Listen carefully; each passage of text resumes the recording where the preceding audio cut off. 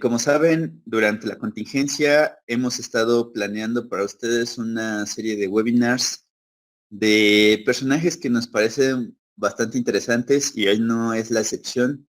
Hoy está con nosotros Ernesto Llamas. Ernesto es un viejo amigo.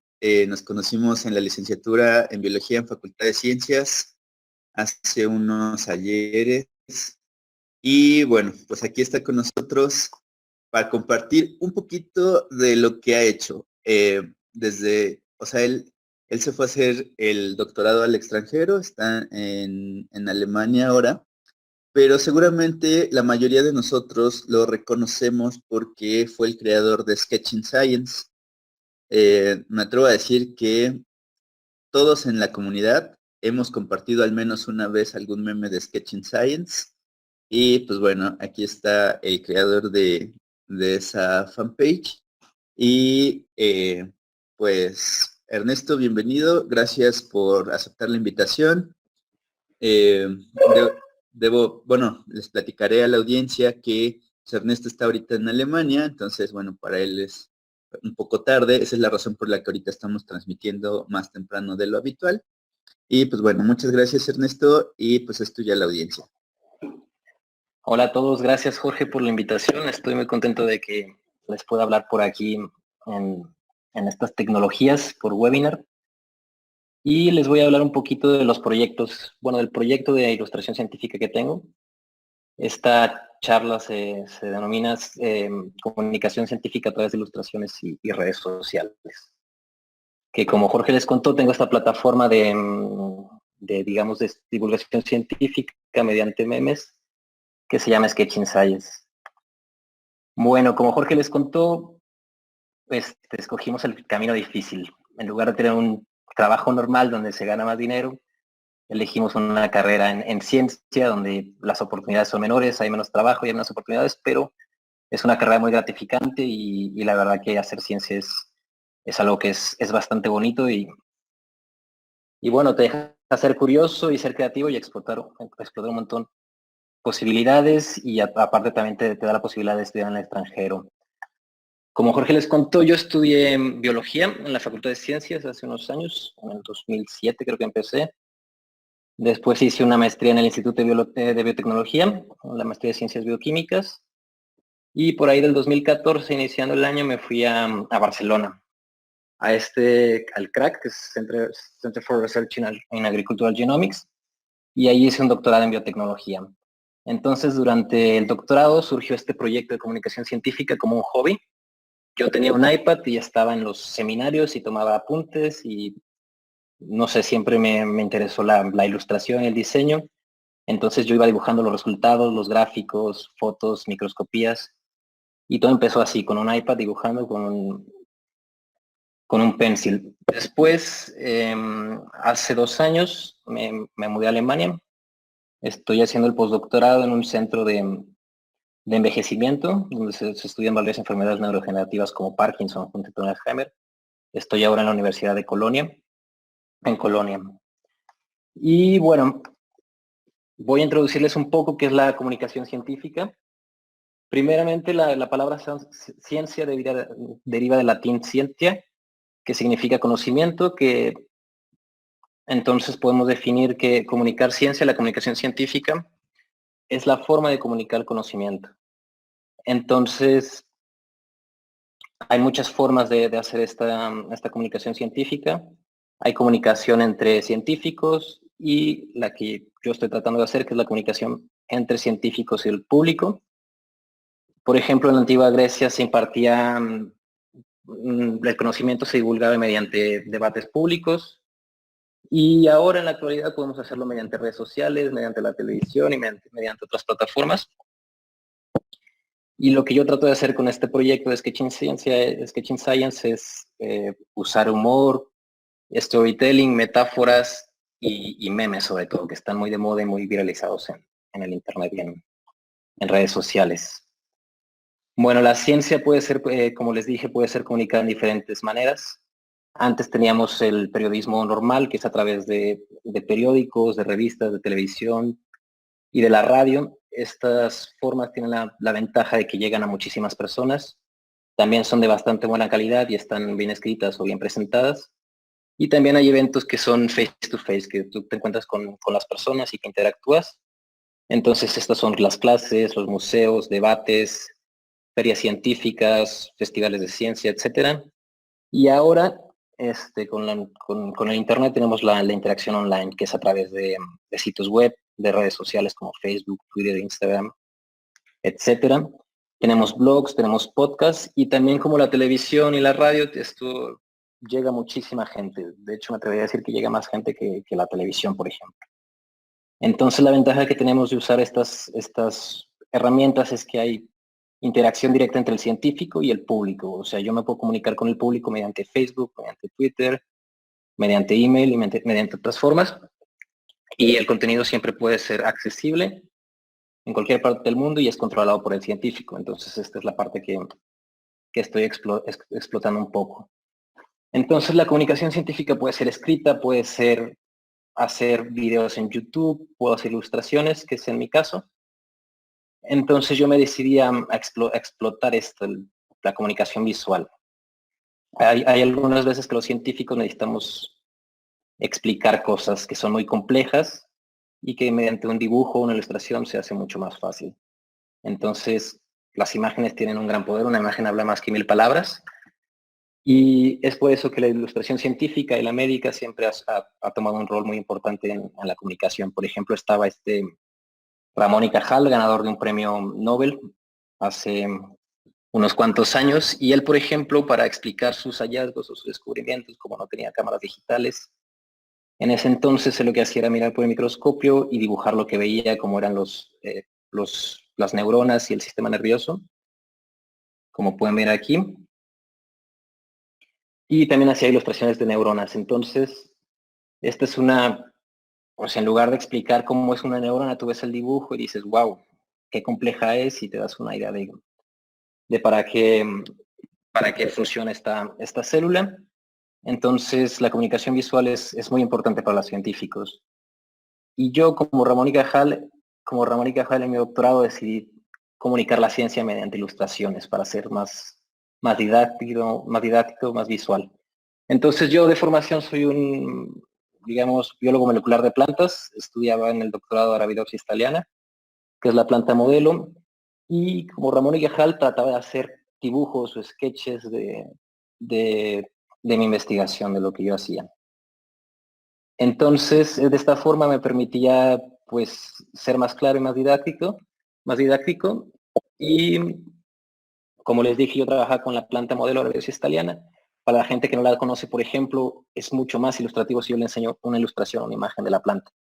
Entonces, es una planta pequeñita que tú puedes crecer en placas Petri, como pueden ver en esta imagen, y tiene un ciclo de vida relativamente corto. Entonces, enseñando estas imágenes, la gente mira, este es Arabidopsis, la identificas y es mucho más didáctico.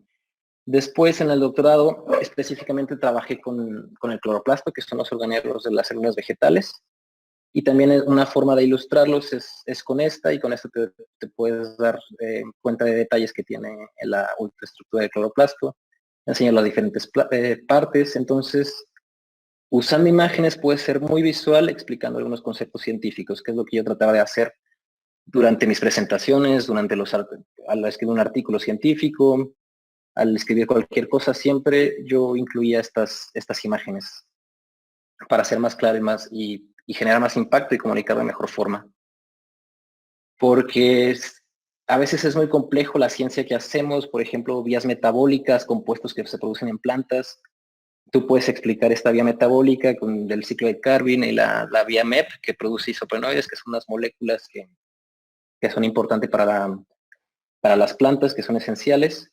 Por ejemplo, tú muestras esto, pero no tiene mucho sentido igual para una persona que no estudia estas vías de metabolismo en el cloroplasto, por ejemplo. Pero al mostrar imágenes y decir, bueno, esta vía produce compuestos que son importantes para la fotosíntesis, que es decir, que es como capturan las plantas mediante energía solar y producen carbohidratos, por ejemplo, que estos compuestos también sirven para hacer drogas, que estos compuestos sirven para comunicación entre plantas y para la defensa, y que también estos compuestos son nutritivos y son precursores de algunas vitaminas. También estos compuestos son reguladores de hormonas, entonces tú puedes mostrar que las plantas florecen por estos tipos de hormonas o que tienen este tipo de patrón de branching, o también que estos compuestos sirven para la germinación de las semillas, como podemos ver en la imagen. Entonces esta es una forma visual de explicar que yo trabajaba con esta vía que contribuye a la producción de un montón de compuestos que tienen distintos papeles en el desarrollo de la planta y en muchos otros procesos. También otra forma que usaba las ilustraciones durante mi doctorado era para ilustrar protocolos, porque algunas veces tú lees el protocolo, te explica en un seminario, pues hicimos este método, centrifugamos, aislamos y bla, bla, bla, pero no te queda claro en la presentación o durante el texto cómo fue. Entonces lo que yo hacía es ilustrar los protocolos. Por ejemplo, en esta parte yo decía que aislaba los cloroplastos, por ejemplo, los ponía en este tubito de Eppendorf y después los trataba con este compuesto, con lincomicina en este caso. Entonces así la gente, la audiencia se da una imagen o una idea de cómo es que tú tienes los cloroplastos aislados, que si lo tienes en un tubo así, que lo tienes que centrifugar. Entonces yo también ilustraba los procesos como centrifugación para dejar más en claro lo que tenía que hacer.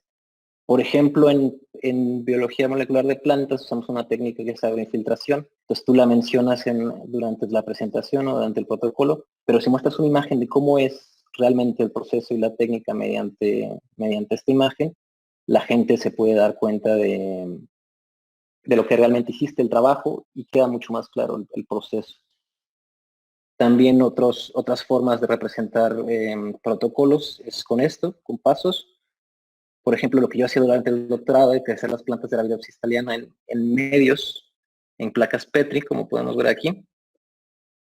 Y luego las transferían a otras placas que contienen otro compuesto químico para inhibir alguna enzima en las plantas. Entonces, aquí muestro el proceso detalle a detalle. Primero las crecía en una placa, después con unas pinzas las transfería al medio con el tratamiento o al medio con otro tratamiento y después recolectaba el tejido por diferentes puntos. Entonces, así de esta forma yo ilustraba cómo había hecho mi protocolo y cómo había llegado a los resultados que tenía durante mi doctorado, por ejemplo. También otra forma muy ilustrativa es diseñando las proteínas o ilustrando las proteínas. Por ejemplo, yo trabajaba con esta enzima que forma un homodímero, pero cuando hay estrés, este homodímero o estas proteínas no tienen su configuración nativa o su configuración 3D normal, porque las proteínas se despliegan, se naturalizan, entonces se pueden desplegar y formar agregados. Entonces, viendo esta imagen, tú te das cuenta de cómo la proteína puede pasar de estar en su estado normal a pasar a estar en un estado agregado. Después ya puedo meter más ilustraciones con otras proteínas interactoras que evitan este problema de agregados, que son algunas chaperonas o para refoldear y mandar al estado original o degradar la proteína de plano. Entonces, mediante estas imágenes, yo demostré un proceso que pasa en la célula con estas proteínas que son más ilustrativas. Al final de mi doctorado decidí empezar a, no sé, a mostrar como los resultados generales de mi proyecto y decidí hacer cómics para explicarlo. Entonces, yo con esta infografía lo que pretendía es explicar a la gente que no es experta en el tema o en el campo, qué fue lo que hice durante el doctorado. Entonces, esto se le llama storytelling y es una buena forma de eso, de dar a conocer los resultados de los científicos a gente que no es experta en el campo. Entonces, como les decía, yo trabajo con una proteína de cloroplasto que cuando está funcionando correctamente es porque está plegada, como podemos ver aquí. Cuando hay estrés se puede desplegar y puede formar agregados. Entonces, este proceso, para explicarlo de una forma más fácil, yo pensé, bueno, puedo, puedo explicarlo con un avión de papel. Un avión de papel, cuando está bien doblado, bien plegado, puede volar y cumple su función. Pero cuando hay algún estrés o no está bien hecho el avión, tienes un avión defectuoso que no hace su función y no vuela correctamente. y después puede generar estos agregados con otros aviones de papel. Entonces, esta es una analogía de cómo las ilustraciones te pueden explicar procesos complejos que pasan en la célula, y estos procesos que pasan, estos agregados de proteínas, yo los estudiaba en plantas, pero son muy importantes también en humanos, en neuronas sobre todo, porque cuando tienes este problema de agregados de proteína, en las neuronas se generan enfermedades neurodegenerativas como el Alzheimer, el Huntington, Parkinson, entre otras. Y este proceso es importante y está poco estudiado en plantas. Entonces, las proteínas también se agregan en cloroplasto, y estas proteínas en el cloroplasto son importantes para hacer la fotosíntesis, que es muy importante para las plantas, que es esencial. Y lo que yo demostré es que cuando una planta está estresada, las proteínas que están en la planta, en lugar de estar foldeadas o bien plegadas y activas, se agregan y causan problemas porque estas proteínas son tóxicas y causan muerte celular. Entonces hay que resolver ese problema, y cuando el cloroplasto detecta estas proteínas agregadas, está estresado, manda una señal al núcleo, que es lo que yo trataba de explicar. Entonces yo hago la analogía de que el cloroplasto tiene un WhatsApp y le manda una señal al núcleo y le manda un WhatsApp y le dice, oye, núcleo, tengo un problema con proteínas agregadas. El núcleo lo recibe y le dice, bueno, relájate que te voy a mandar un poco de ayuda. Entonces manda unas maquinarias moleculares que se llaman chaperonas, que evitan estos agregados y que hacen que las proteínas vuelvan a ser activas. Entonces el cloroplasto otra vez deja de estar estresado y es un cloroplasto funcional, y la célula no muere o el cloroplasto no se daña. Entonces, con esta infografía traté de explicar a grandes rasgos todo mi trabajo de doctorado. Entonces, con esto pretendo que llegue a más gente, que la gente se interese en la investigación básica, que también esto podría tener aplicaciones en enfermedades neurodegenerativas, por ejemplo. Y de hecho, esta investigación me trajo a Colonia, aquí a Alemania, porque de pasar a estudiar plantas, bueno, sigo estudiando plantas, ahora me estoy enfocando más en enfermedades neurodegenerativas y cómo mecanismos moleculares pueden ayudar a curarlas, y especialmente en plantas, porque las plantas, a diferencia de los humanos, están expuestas a estreses y a calor, al invierno, al frío, a sequía, y todos estos procesos producen agregación de proteínas. Entonces, después de este doctorado, me decidí venir a hacer un postdoc a Alemania en el mismo tema, en agregados de proteínas. Bueno, y como científico, es importante pues comunicar estos resultados que les digo, y una de las formas más fáciles que hay de hacerlo ahora mismo es a través de las redes sociales. Y bueno, es una herramienta muy útil, como saben, pero también hay mucha desinformación y a veces es difícil que se tome en cuenta a los científicos durante, por ejemplo, esta pandemia, que se tome en serio. Hay muchísima información falsa circulando.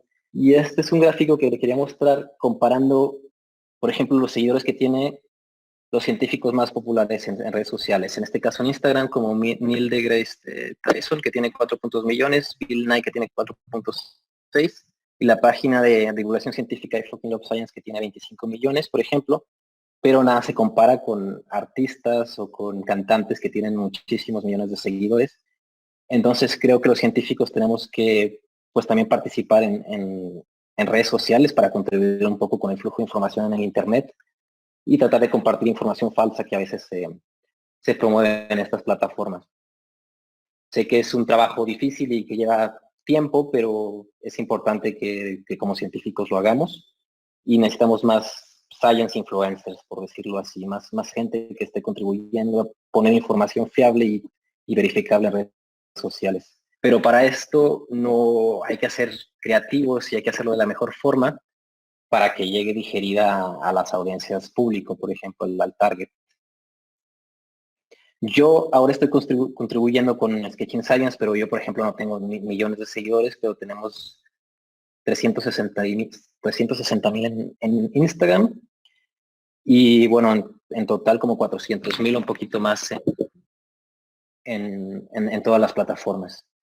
Lo que yo hice para traer a la gente a seguir la página y tratar de comunicar la ciencia de una forma sencilla y divertida fue usar memes. Entonces, en Sketching Science lo que hago es mezclar ciencia, arte y referencias de la cultura popular, que son los memes, emojis, usar ejemplos de programas de televisión, por ejemplo, en este caso Stranger Things, y para aprender un poco de las abreviaturas de los aminoácidos, usando los memes que veo en internet.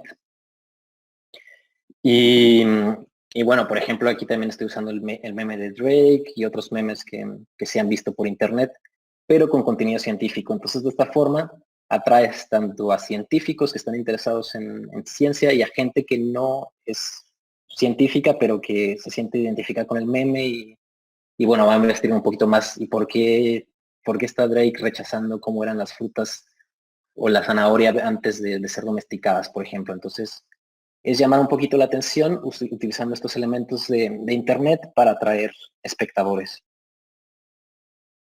Bueno, esas son las redes sociales, son los números actuales que tenemos en las redes sociales, en Instagram, Facebook y Twitter.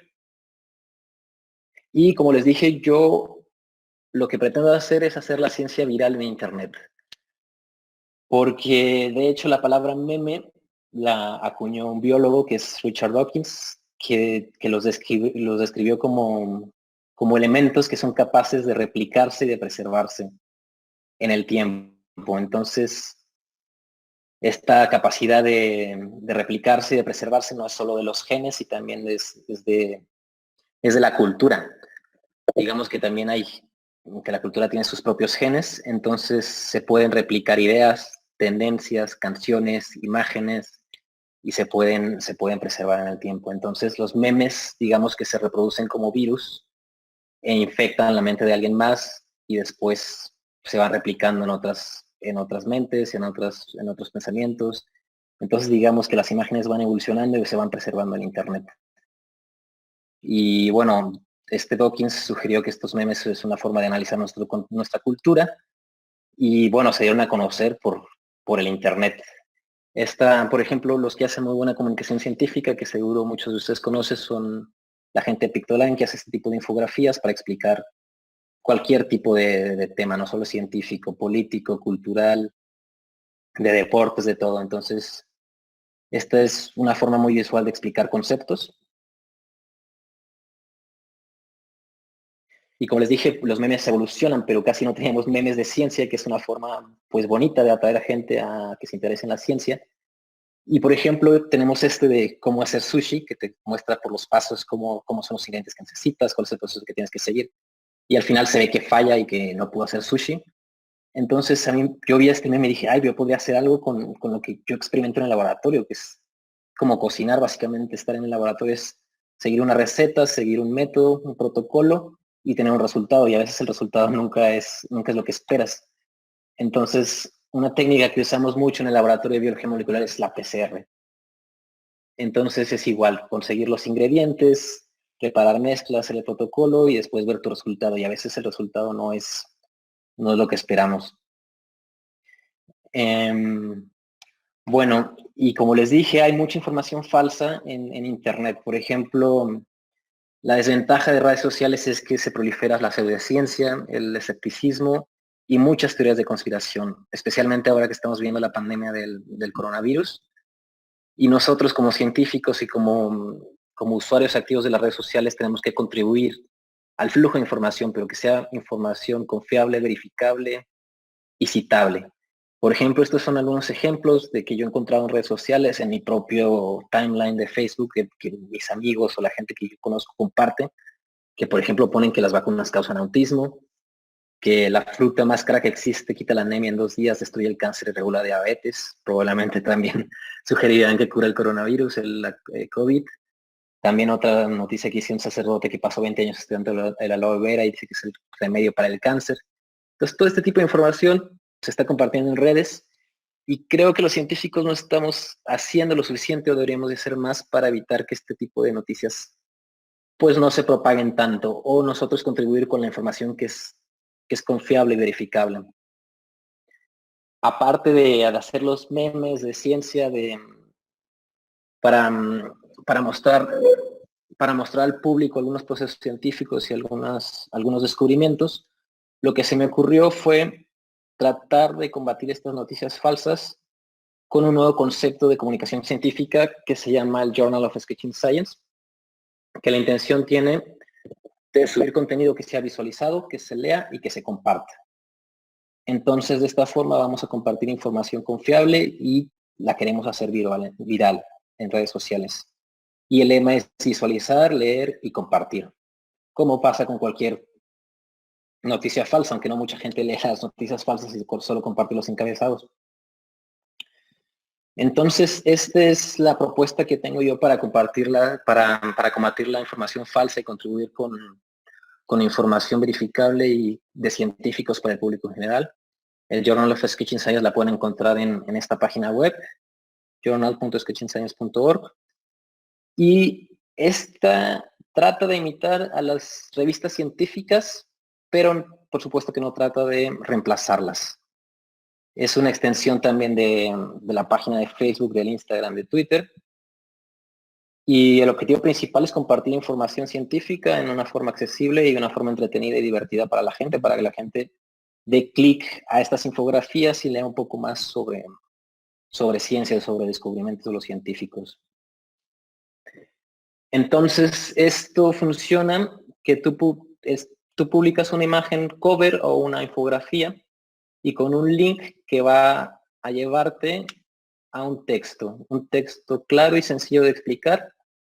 Y este texto está en la plataforma colaborativa de Autorea, que es como un Google Docs para científicos, donde puedes meter tus citas y puedes meter imágenes interactivas, links, videos y muchos otros recursos que pueden ser importantes para el texto, para apoyarlo.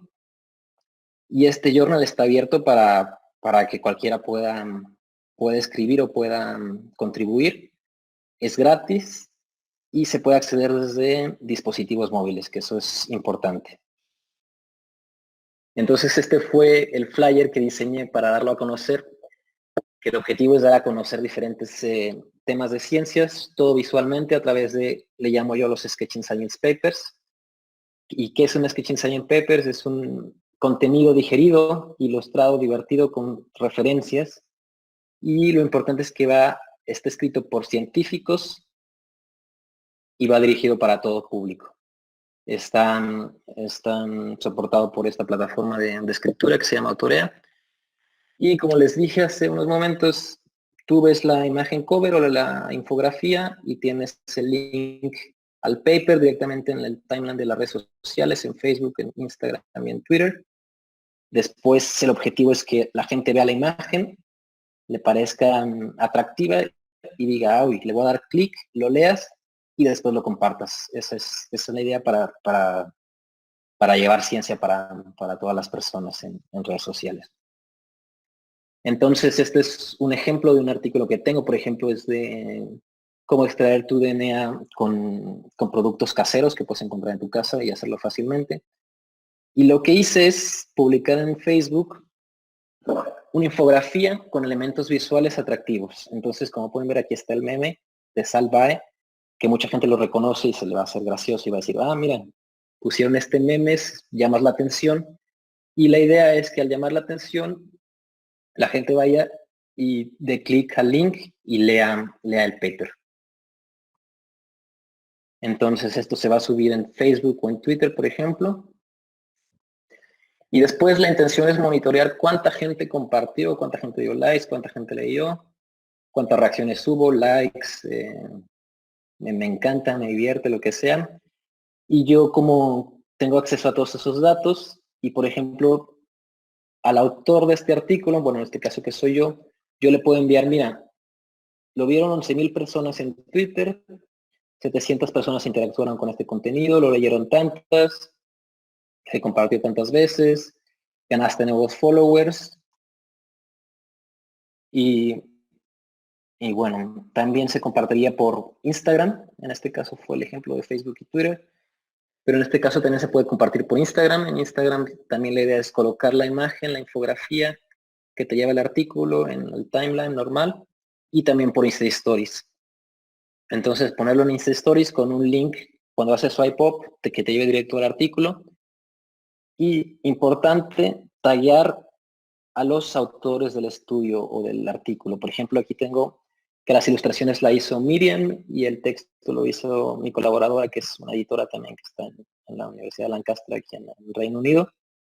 Entonces, de esta forma, tú lees el artículo, ves quién lo hizo y puedes, por ejemplo, darle clic a los tags de los autores y directamente ir a preguntarles, oye, tengo una duda de tu artículo. ¿Por qué, no sé, por qué lo hiciste de esta forma? No me quedó claro esto. Entonces, esto es una forma buena de interactuar directamente con el científico que escribió el Sketching Science Paper. También igualmente en Instagram puedo tener los datos de estadísticas de cuánta gente lo vio, cuánta gente lo leyó. También los científicos de esta forma, cuando la gente ve su hashtag, su name tag, la gente le da clic y lo sigue. Entonces es una forma también de los científicos ganar seguidores de internet a través de estos artículos. Y bueno, cuando tú das clic al link, al artículo, esto es lo que vas a ver en tu celular, que es donde más se consume la información, más ahora que en la computadora. Y lo que vas a ver vas a ver el título del artículo, que tiene que ser un título sencillo para todo público, los autores que contribuyeron tanto para la escritura, la edición o la ilustración. Después ya viene el texto, viene con las imágenes, con las infografías, que por ejemplo aquí el uso de memes es evidente, que aquí se está explicando el reloj biológico y jet lag. Después viene una parte de contribuciones, que se dice que esta autora editó el texto, que lo escribió, te dice en qué universidad está, si es estudiante de doctorado, si es postdoc, si es estudiante de máster, te da acceso a sus redes sociales, Instagram, Facebook y Twitter. Esto es importante, que por si tú tienes una duda o quieres contactar con el científico, tú das clic a estos links y contactas directamente por su Facebook, por su Twitter. Y aparte de las contribuciones, otra cosa que es muy importante, que casi nunca vemos en noticias o en información compartida por internet, son las referencias. Entonces la idea de escribir estos artículos es ponerles referencias con los links. Entonces aquí puedes tener links a papers, links a notas científicas, links a libros, a revistas, a lo que sea. Y entonces la gente puede verificar que la información realmente es confiable y traquearla.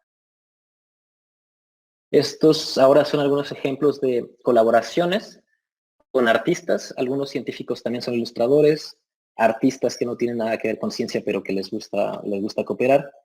Entonces a esto yo le llamo contenido no patrocinado, porque estos son como invitaciones a científicos o a artistas a que contribuyan con su trabajo y que lo publiquen en este journal.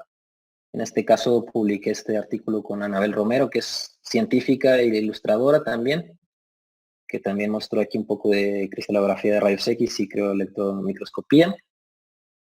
Otra colaboración con una science influencer que hace bastante comunicación científica por Instagram y por Twitter, que es Samantha Yamin.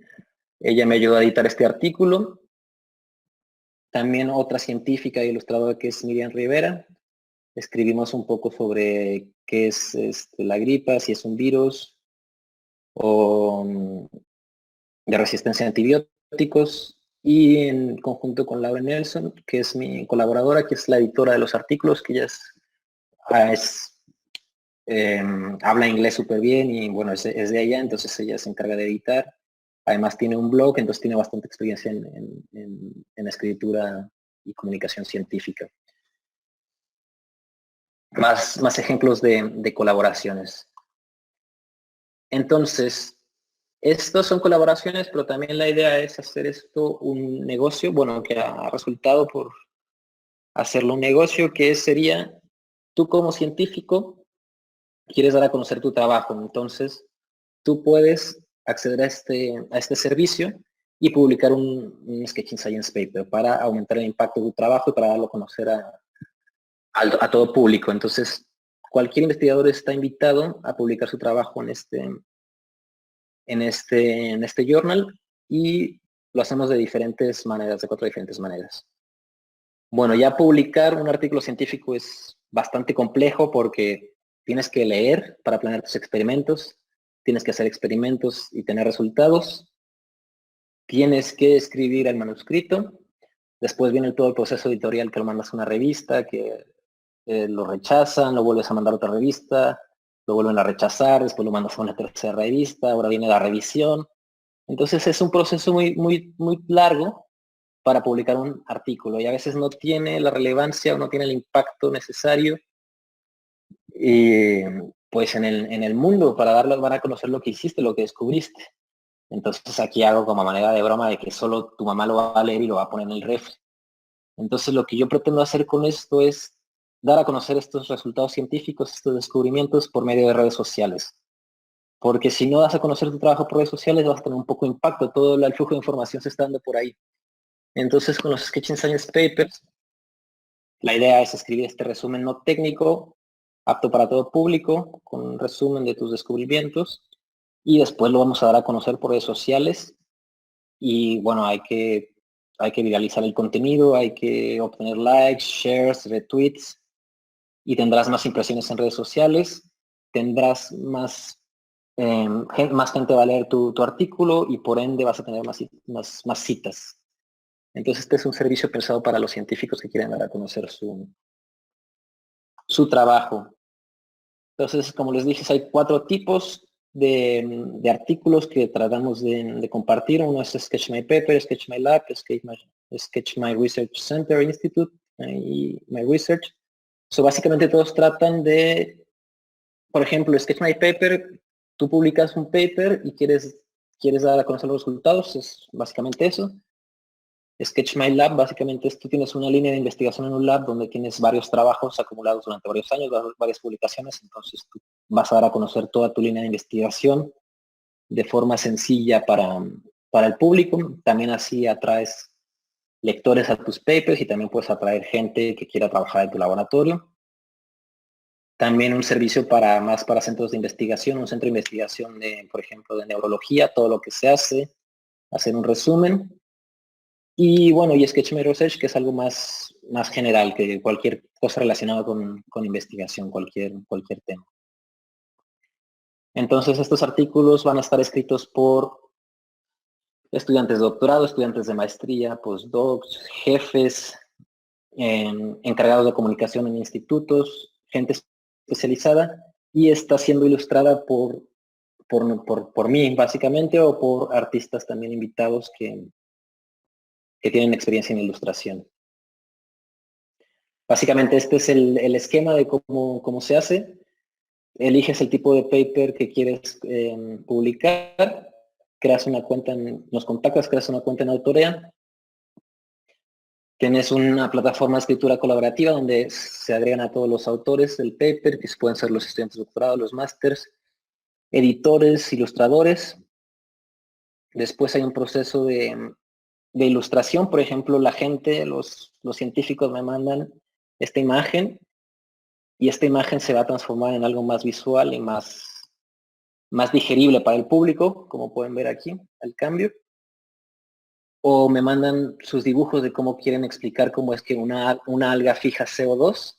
Entonces me mandan sus dibujos hechos a manos y después los transformamos para que sean visualmente más atractivos y en versión digital, en este caso. Aquí hay otro ejemplo de las imágenes que a veces salen en los papers que no son muy visuales. Tratamos de transformarlas y hacerlas más llamativas. Después ya viene el proceso de revisión, edición y se publica el artículo. Y bueno, lo que les decía de hacerlo viral mediante redes sociales, por Facebook, por Instagram y por Twitter. Y la idea es que la gente lo visualice, lo lea y lo comparta y así se haga viral el contenido y generar impacto. Después, el autor o los autores del paper van a recibir las estadísticas. ¿Cuántas veces vieron la infografía? ¿Cuántos clics le dieron al link con la información cuando la gente leyó? ¿Cuántos likes? ¿Cuántos retweets? Y entonces así es una forma de medir tu impacto y cuánta gente se está enterando de lo que estás haciendo como científico.